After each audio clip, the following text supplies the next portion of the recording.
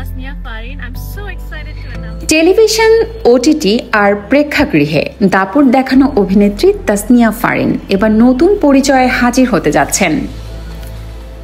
গত শনিবার নিজের ফেসবুক পেজে ফারিন পোস্ট দিয়েছেন, আমি যদি প্রোডাকশন হাউস খুলি তার নাম কি দেওয়া উচিত।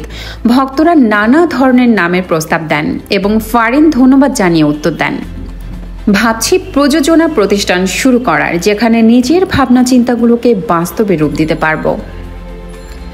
প্রযোজনা কার্যক্রম শুরু হবে বছরের শেষের দিকে তার নতুন মিউজিক ভিডিও প্রকাশের মধ্য দিয়ে।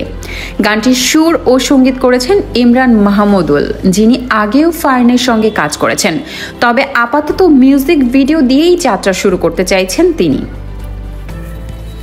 সাম্প্রতিক সময়ে অভিনয়ে খুব ব্যস্ত নন তাসনিয়া ফারিন।